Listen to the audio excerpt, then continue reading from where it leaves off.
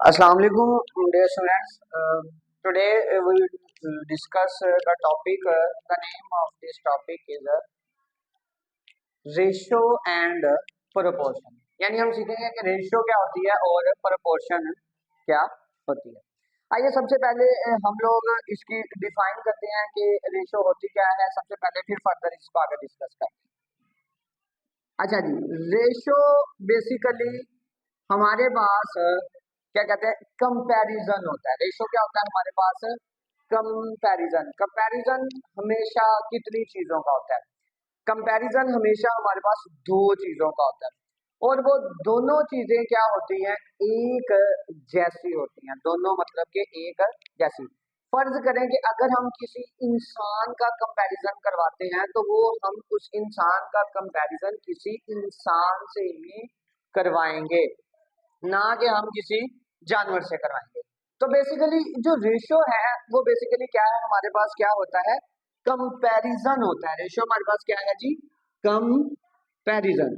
अच्छा, कंपैरिजन जो होता है वो हमारे पास दो चीजों का होता है, और वो जो दोनों चीजें होती हैं वो बिल्कुल क्या होती है? एक जैसी। यानी कंपैरिजन टू थिंग्स, यानी कि दो चीजों का कंपैरिजन होता है और दोनों क्या होती है?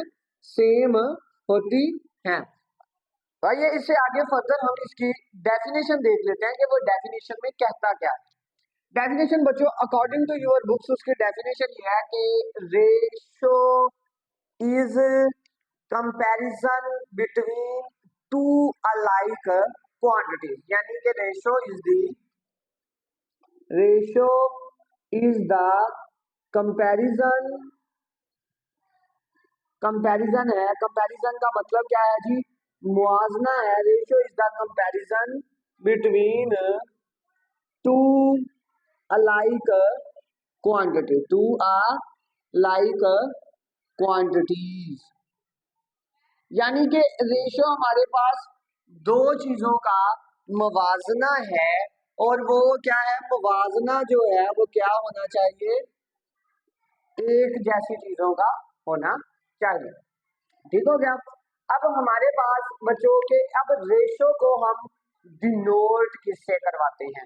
अब रेशो जो है दो चीजों के दरमियान है, तो ratio is denoted by, ratio is denoted by, यानी दो चीजें ले लेते हैं। दो चीजें यानी हम दो अल्फाबेट ले लेते हैं, ए और बी दोनों सेम है, तो उनके दरमियान इस तरह के हम दो डॉट लगा दें तो ये बेसिकली किसको शो करते हैं?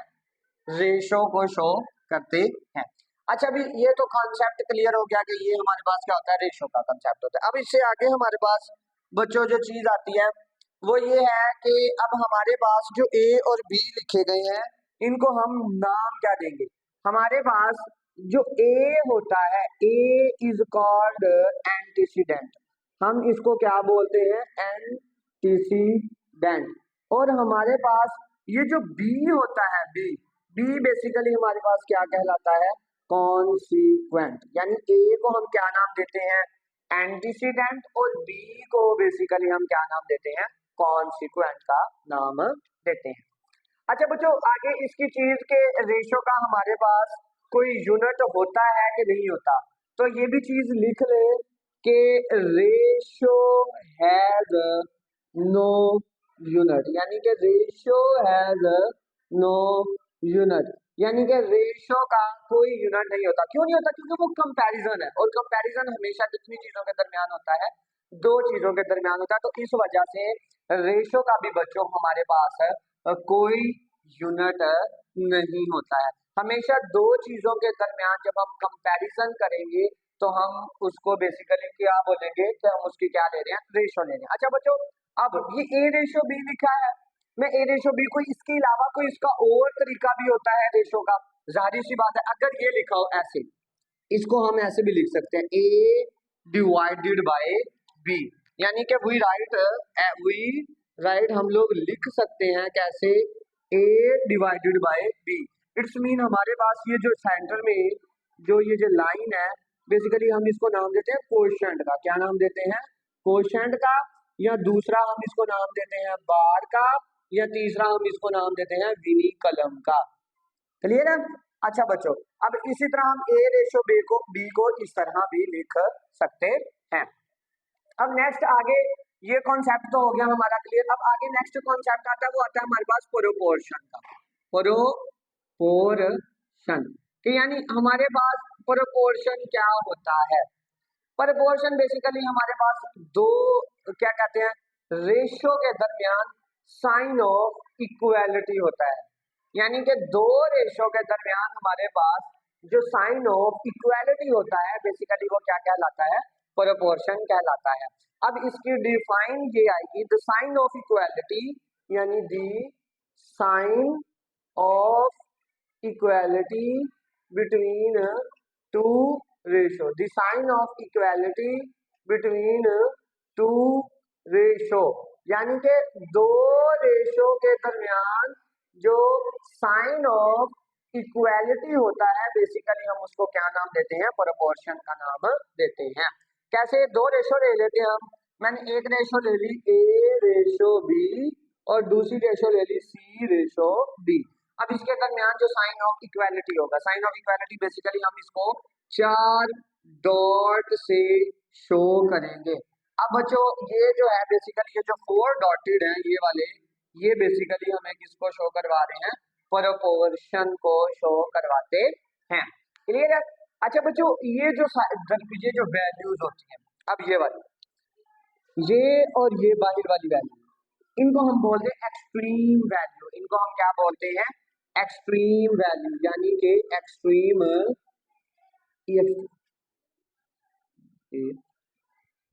इसको हम बोलते हैं एक्सट्रीम वैल्यू। और उसके अलावा ये जो दरमियान वाली ये जो दो वैल्यूज हैं ये वाली, इनको बच्चों हम नाम देते हैं मीन वैल्यू का। क्या नाम देते हैं हम इनको, मीन वैल्यू का नाम देते हैं। अच्छा, अगर हमारे पास प्रोपोर्शन आ जाए तो हम इसको सॉल्व कैसे करते हैं, तो सॉल्व करने का हमारे पास इसका फार्मूला होता है जी, product of extreme is equal to product of mean. यानी बाहर वाली दो चीजों को ज़रब करवाना है और दरमियान वाली दो चीजों को हम लोगों ने क्या करवाना है, ज़रब करवाना। तो क्या आएगा, प्रोडक्ट ऑफ एक्सट्रीम और क्या आएगा, is equal to product of mean. यानी कि product of extreme is equal to product of mean. ये इस तरह आएगा हमारे पास, जो ए डी होगा वो इक्वल होगा बी और सी के इक्वल होगा। यानी product of extreme is equal होगा किसके, प्रोडक्ट ऑफ मीन के। यानी कि अब ये हो गया प्रोपोर्शन का। बच्चों आगे ना दो हमारे पास प्रोपोर्शन के आगे ना दो काइंड्स आती हैं, यानी दो टाइप्स आती हैं। ठीक हो गया, एक हमारे पास आती है कॉन्टिन्यूड प्रोपोर्शन और एक हमारे पास आती है मीन प्रोपोर्शन। यानी कि दो आती है हमारे पास आगे, एक आती है जी कॉन्टिन्यूड प्रोपोर्शन और नेक्स्ट दूसरी हमारे पास जो आती है वो हमारे पास क्या आती है, मीन प्रोपोर्शन। यानी कि एक हमारे पास आती है कॉन्टिन्यूड प्रोपोर्शन और दूसरी चीज हमारे पास क्या आती है, मीन प्रोपोर्शन आती है। बच्चों इससे आगे फर्दर भी आगे आता है कि आगे फर्स्ट प्रोपोर्शनल क्या होता है, second proportional, third proportional, fourth proportional, ये फर्दर आगे आता है। फिर आगे मीन या कॉन्टिन्यूड, मेन ये दो है। इससे आगे फर्दर वो हमारे पास जो है वो मैं लिख देता हूँ, एक आता है हमारे पास जी फर्स्ट प्रोपोर्शनल, उसके बाद सेकंड, उसके बाद थर्ड और उसके बाद फोर्थ प्रोपोर्शन। बच्चों ये दो हमारी बुक के अंदर एग्जिस्ट नहीं करते, ये इन दोनों को हम नहीं करते, हम इन दोनों को काउंट नहीं करते। हमें बेसिकली जो हमने फाइंड आउट करना होता है वो थर्ड प्रोपोर्शनल होता है हमारे पास, या फिर हमारे पास क्या होता है, फोर्थ प्रोपोर्शनल होता है। उम्मीद करता हूँ कि आपको ये टॉपिक यहाँ तक समझ आया होगा। ओके बच्चों, अल्लाह हाफिज़।